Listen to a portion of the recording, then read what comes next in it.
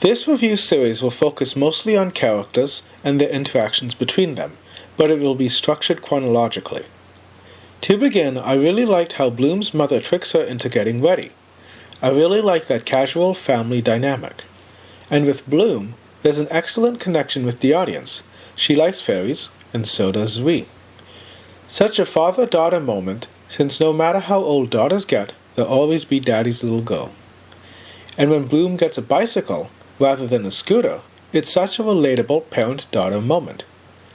Bloom sees who we'll learn is Stella fighting monsters, but when Stella needs help, Bloom's powers awaken. Bloom took her home, despite some disbelief. It goes pretty well, and it's nice to see this friendship form. The monsters return, but they're defeated by the girls and some guys. I don't know their names yet, but good teamwork. Bloom decides to go to fairy school, but her parents come. Yet Stella says rules were made to be broken. Characters. I found Bloom instantly likable and cute, and her everyday teenage troubles were relatable. I loved the family dynamic, and it's great to see the girls taking care of each other. It's a great message. As for Stella, from this episode, she seems fun-loving and mischievous, and I really liked her magical postcard. Ranking. It seems like a promising start, though, right away, it seems like I'll be in for some huge world building. From before, Bloom is a regular girl who learned that she was a fairy and now is off to a fairy school. Although they tried, her parents can't come, but it's really lovely that Bloom gives them a heartfelt goodbye. Stella pretends that Bloom's a princess. There's world building about the school, and we meet her roommates. Later, Bloom reveals her expectations of magic, but Stella says, "But that's fairy tale stuff. This is the real world." Bloom notices the monster from before, but gets frozen by his mistresses, but Bloom's friends save her. It's a sweet reversal of the first episode, where Bloom saves Stella, and now here, Bloom's is taken care of. The truth of Bloom is revealed to both her friends in the school. We end with the formation of the Winx Club. Characters. Firstly, Techna's line of "sorry, I shouldn't have laughed, that was rude," really stood out. Great gal. I loved how Bloom keeps in contact with her parents even though she's away, so considerate. And now, the Winx. Musa loves music, Flora plants, Techna technology, and Stella sunlight. Each power suits each girl's personality. And undoubtedly these villainesses will appear again or will hire minions. These witch sisters are called the Tricks. I'll end this with Bloom, who has already made her club's logo. It's kinda cute how she gets to be her own fangirl. Ranking. There's quite a few new characters, but they all have pretty distinct personalities, so you can tell who is who. From before, Bloom is a new student at a school for fairies. Unfortunately, she can't do magic on her first day. Lovingly, her friends try to help her out, but when that doesn't work, they each talk about their goals. Stella wants to be a real fairy and reunite her parents, and Flora just wants to learn. But Bloom? Well, she doesn't know yet. The fairy school is having a party, but the Tricks at the witch school, which was snubbed, decide to attack. Problems due to Bloom's dress lead her to find the Tricks, and she spies on them, spying being a very common theme. The Tricks cast a spell on some eggs, but the Winx undo it, and Flora sets up one of them, which leads to an adorable tryst.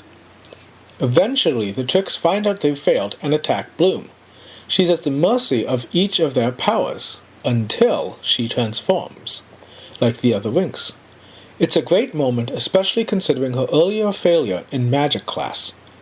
It ends with Bloom figuring out her dress, dancing with a blonde guy, and, as mentioned, that cute twist with the egg. Characters. They're great and supportive, but here there's too much time spent on dresses and not on magic. Have a montage about magic rather than shopping. Have problems caused by practicing magic rather than dresses. Overall, for an episode about her magical transformation, I'd rather see Bloom's major struggle be about magic. The return villainesses definitely have interesting powers, and wow, do I really like the style of the one on the left, Darcy. Ranking. I love dresses, but there's too much of them here. I would have liked more on Bloom's magical abilities which lead up to her transformation. From before, this mystery episode does well, using villains as continuing conflicts and using returning male characters. When the girls are doing an assignment to get out of a swamp without using magic, a mystery occurs and they investigate. The mystery is due to a plan of the tricks that relates to past episodes. Overall, lots of continuity and world building. When Techna's talking about the ship and the girls talking about the footprints, there's a minute of smart, quick dialogue. Flora really shines in this episode as she helps save the boys who got caught in vines while looking for a troll. The Winx and the boys find the troll attacking some other girls. They work as a team to try to capture him. They fail. When the troll meets up with his mistresses, the Tricks, they kill him as to destroy evidence. Bloom finds feathers, but they shouldn't be familiar since she has not seen the Tricks' duck yet. It's not a big deal, though. Despite finishing last, the girls pass due to, and I'm paraphrasing, courage, initiative, generosity, and decision-making. Character. Apart from one stupid moment from Stella, who didn't believe the nature fairy Flora, I liked everyone. Lots of little romantic moments here and there. It's cute, but it's not overdone since the mystery doesn't turn into a romance. It's good to see that, with Bloom's romance, it's not just physical attraction. There's friendship and emotional support. I'm not sure how important this duck's going to be, but I did like how he played a part in the mystery. And just before ranking, this was a funny moment, and relatable. I can't stand being outdoors, nor bugs. Ranking. Everything that teacher complimented the Winx on was something that we saw. In addition, we had continuity, world building, and mystery. From before, I've criticized how screen time could be used better. Unless I'm proven wrong in later episodes, I'd cut most of this first 5 minutes. But amusingly, I did like how Bloom found chores weird for magic users. Stella is going on a date, and she gives her ring to Bloom. It's good trust, and, story-wise, this is obviously important. Stella returns very angry and wants her ring. I don't think it's spoiler to say that something happened more than a bad date.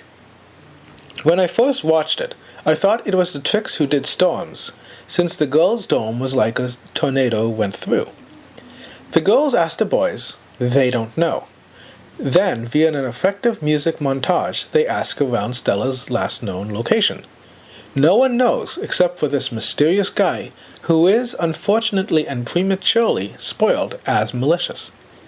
The girls are effectively sacrificial for Stella, since they pretty much know that they're being led into a trap. They learn that Darcy was Stella, and it was the Tricks and Nut all along. The Winx transform, and this is Bloom's. And they do not battle. Stella is held hostage, and Bloom, assuming herself as leader, gives the Tricks the ring. The ending is bittersweet, since the Winx have Stella, but no ring. They're feeling down, but I'm sure they'll improve. Characters. Considering a date's involved, it's nice to see some cute girly teaching of each other about boys. Great storytelling in how, during magic class, Stella wasn't there, and how Bloom seems to be improving. Though I don't know, I'm hopeful this dog will be used in the story, as how Ivy's duck became relevant. I don't want to be definitive and state this just yet, but I think Flora is my favorite Winx. I love her sensitivity. This episode has lots of interesting camera angles and character close-ups. The perspectives added to the tone. My favorite was here, where, in Bloom's eye, we see the reflection of Stella being tortured. We already know Bloom's choice. Bloom saves her fairy friend, who was her first one, and it was very much reminded me of the first episode, where she learned of her powers. I love the disagreements. Techna's pretty harsh, but shall we say tough, because her arguments do make some sense. It seems that Bloom's the leader, and despite disappointment, as a good leader, she cheers up her team at the end. One little moment I adored. Though I don't really care for this bunny, I love how he tucked in the tired Flora. Expectations. I want to know how Bloom handles being the leader of the Winx, and how she'll become victorious. And how will the villainesses use the power of Stella's ring? Story-wise, there's virtually infinite potential. Ranking. Apart from the ring stuff, the first 5 minutes is skippable, but the rest of it was the best so far. From before, we know that the Trix have Stella's ring, and so we start off with Bloom learning its importance. I love Bloom's curiosity and her interest in knowledge, and the books in the library. Overall, it's just great. Later, her teacher, Miss Farragonda, gives tons of world building about the Great Dragon and Domino. Meanwhile, the Trix are meditating, but honestly it sounds like moaning. When I first watched it, I laughed out loud. Later, the Winx sneak into the Trix's dorm. Importantly, they find the ring, but I'm not sure about this doll or bat. As they leave, Bloom sees a book that could tell her more about herself, but the witch headmistress curses it. After a series of monsters and misadventures, it seems that they'll all die, but Bloom saves them all after hearing her voice. They're caught, and their punishment is suspending their powers, and I hated it, since it's like amputation. To me, using magic is like using a sense. Thus, to me, removing magic is like removing eyes or nose or tongue. Characters. Like Bloom's impersonation of a teacher, it's good to see her fitting in and getting comfortable. Ivy's duck. I wonder if, despite all the mistreatment, we will ever see her be nice to him, or defend him. Due to the amount of continuity in world building, even little asides like this might become very important. Lots of world building and name dropping in this episode, and probably, too much to take in all at once. I didn't care for the monsters, but I totally related to Stella dealing with a spider, with a virtual flamethrower. Story-wise, as this has come up before, I suppose these black backgrounds shows what's going on in Bloom's head. As for this voice, it has to come up again. Something so important as to save the lives of the Winx must come up again. My last slide is a fun one. Is this the pose you think of when you're about to break open a wall? Ranking. Despite this episode's must-see importance due to lots of information, due to disgust, it's the first episode that I didn't care to rewatch. From before, the Winx are without powers, and now they're left alone to clean the school manually. They invite the boys and they all clean. Meanwhile, the Trix plan to trash the school and create a monster. The boys, who are called the Specialists, try to defeat the monster. They can't, but the Winx can. Eventually, the teachers return, the Trix are punished, the Winx regain their powers. It's a relatively simple story. Characters. Compared to other episodes, I found this had more light-hearted moments. It's nice, but it's not very moving. I instantly fell in love with this witch. Myrta doesn't know why the witches and fairies should be enemies. She stands up against public mocking, and though she does get teary-eyed, she's a strong girl, and I'm rooting for her. While fleeing the monster, Flora falls, and Stella helps her run. It's just a second or so, but I loved girls helping girls. When Musa gets hurt, Riven helps her, which I like, though I'm not really sure about him, since he seems pretty cold. Expectations. Darcy notices the darkness in Riven's heart, so we'll see what happens there. Also, why Darcy? Is there possible romance? Ranking. Though I like the little character moments and interactions here and there, I wasn't into the overall story. From before, this episode will involve Riven and the Trix, particularly Darcy. For me, this is going to be great. In fact, this episode is most interestingly told from her perspective. She noticed Riven's heart, his darkness, However, throughout the episode, the tricks tease her that she likes him. Before this episode, I couldn't say. But during the episode, there are slight moments, like this one, where I suspect she's falling for him. During a race, the tricks cause Riven to crash, and they frame Bloom. Ultimately, Riven leaves his team for the tricks. This is Riven's first vision of Darcy. Not only did she save him, but also his girl troubles might be ending. Near the ending of the episode, where Bloom called Darcy a witch, she probably wanted to start that off with a B. I've many expectations. Will Riven turn evil? Will Darcy turn good? Will she betray him? Or will she fall in love? Characters. Bloom sees this yellow woman in her dream and at Magic's, but her identity remains a mystery. A sad start. Bloom's homesick, Stella's parents are divorcing, and Muse's mom died when she was very young.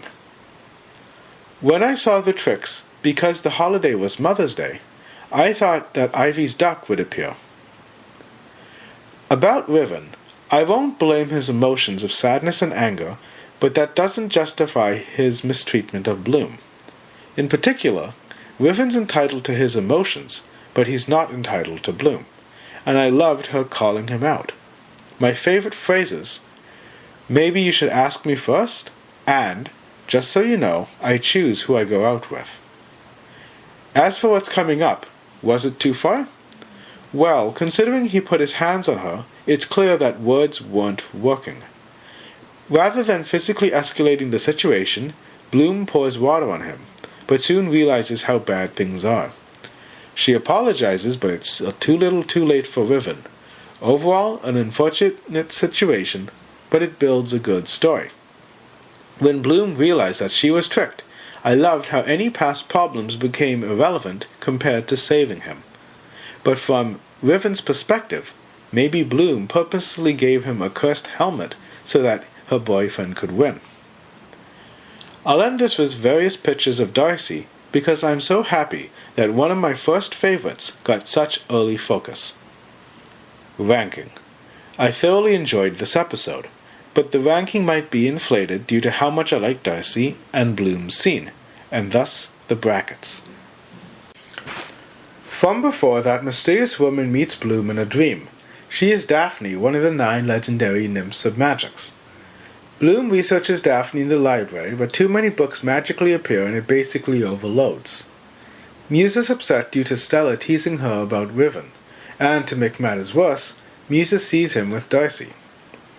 Darcy seems to put a spell on him, and it makes me wonder, is magic visible? Can you see it being cast or not? And though meaningless, I simply can't allow Darcy's horrible posture. My back hurts just looking at her. As if that wasn't bad enough for Musa, Icy appears and emotionally torments her. Now I have to say, don't slap others. But I can't say that I didn't enjoy seeing Musa do it to Icy. Anyways, this leads to a huge fight. It's a free-for-all. You have boy versus boy versus girl versus girl, and girl versus boy. It's just so amazing. With Darcy, I'm still trying to figure out her powers. Icy and Stormy are self-explanatory, but hers just seems to be general magic. The witches are winning until Bloom defeats them all with a burst of energy, similar to her first episode. It ends with the teachers not wanting Bloom to learn more about Daphne, and thus I can't wait to learn more about Daphne. Characters. Stella was confrontational and teasing this whole episode. She apologized, but still, maybe she just didn't get enough sleep. I love Flora's worry for Bloom. She asked about telling teachers, and with that, how many problems could be solved this way? My career is as a teacher, and I liked how, after Bloom's ordeal, there was a comforting hug from Farragonda. I'm not so sure what Musa sees in Riven, but then again I like Darcy, who's literally a villainess, so who knows. And though I hate how he didn't help Musa, it is nice that he did help Darcy at the end. Still not a great guy overall, though. And one last note. I still love this nice witch who, unlike everyone else, realizes it's stupid to gang up on someone. Ranking. It's high-intensity episode with some really exciting moments and some great characterizations too. From before, Bloom showcased amazing power, and now the Tricks want to test her again and measure it. Icy explains that the power of the dragon flame will, and I quote, restore the magnificence of the distant past. Soon, Bloom will use a computer simulation for a test, but Darcy transports herself there and glitches it. For her assignment, Bloom challenges herself with restoring the most damaged environment, Domino. I don't want to spoil the episode, so I'll stop here. But, as expected, the Tricks learn that Bloom has the power. Characters. Riven spies on Bloom and her boyfriend, and apparently Riven is telepathic and informs Darcy. I really liked how Bloom picked a difficult assignment, though I, of course, would have chosen the easiest one. Although I'm not completely sure, I think we get to see those dolls that Techna found at Cloud Tower. I found it oddly cute that the villainesses play with dolls. Overall, I loved all those interesting scenes. Continuity error. Contrary to what Bloom said here, in Mission at Cloud Tower there was a discussion about Domino. And just one last note, he's probably my favorite teacher since, at the end, he cared about Bloom and not so much the computer. Ranking. It's an interesting psychological torment, and overall great episode, even if Bloom was never in any real danger. From before, it's Flora experimenting with flowers for her test, and she goes to Black Mud Swamp. This is because her plants are messing with her friends, but lovingly Bloom joins her and helps Flora out. The other girls join, and I'm basically Stella in this episode. I hate the outdoors and insects, and swamps are the worst. As the girls look for a plant, they meet water nymphs who are threatened every day by a nearby monster. They can't move since they need a local plant to live, and they've lost a nymph who volunteered to get some. Eventually, with Techna saving them, they learn that the monster's actually a turtle, and there's an evil tree on him. In the end, the Winx return the nymph, Flora gives them the potion to grow the plant, and they give her a plant, the cheerful gladiolus. Skipping to expectations, this episode seems out of place. No tricks, no boys, and nothing that relates directly to Bloom. That being said, knowing how important continuity and world building is, I'm sure that this episode will become important. Characters. In this show so far, I love the friendship building. Despite differences, they're growing closer together. Techna really shines here, but I find her technology so amazing and beyond belief that it might as well be magic. I'll end with Bloom's quote. I promised Flora I was going to help her, and where I come from, promises are kept, all right? Ranking. It's probably the first completely self-contained episode, so it seems a bit random, but I predict it won't be. From before, though it doesn't relate much to this episode, Bloom wants to learn more about Daphne. But in this episode there are midterm exams, but Stella is more interested in Miss Magic's, a beauty contest. She's acting bad, faking sickness, skipping class, not studying, and probably risking failing her exams. Meanwhile, Lucy, who wants to be popular, wants the Tricks to use magic on her so that she can win, but this is forbidden. And I'm just wondering, does this explain Lucy's looks? Anyways, must be tough considering everyone's a supermodel here. So the Tricks make her beautiful, only because they plan to reverse the spell and humiliate her. As the contest goes, the Tricks sabotage each contestant's talent performances, and there's lots of laughing from the Tricks. Since virtually everyone's a beauty in this universe, the only interesting part was the talent show, and I loved Lucy's ballet. I wasn't impressed by Stella's dance, but there's a consistency error since she thought that teachers wouldn't be there. They were. Lucy wins, but the spell's undone, so Stella wins. She does her test the next day, but she messes up and fails. Characters. I loved how, for her test, Flora wished to fight off sadness. With that, she's my favorite Winx. Love to see these two witches again. I wonder how they'll turn out, since personality-wise, they're out of place at that school. I found this clip of the confused Trix so cute, and for the rest of the episode, despite being mean, I like their laughing. This episode relies a lot on slapstick, and unlike most episodes, this one seemed like low-budget, low-tech cartoons. Though the whole episode wasn't working for me, I did like seeing the friends help and support Stella. With this teacher, I again like him. It was only fair to fail Stella, since considering her current and past academic performance. And that's the end of this review. Yes, it's such a juvenile joke, but hey, if Stella can be cheeky, so can I. Ranking. Despite how I love pretty girly things and pretty girls, this whole tone of the episode wasn't working for me.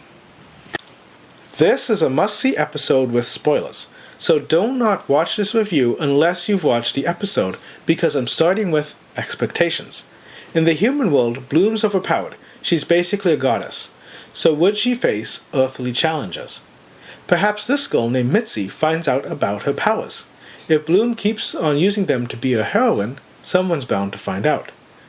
Bloom can see auras and tell people's thoughts. How will she use her mind reading? And does this only work on humans? Characters. Mom's a businesswoman and Dad's a firefighter.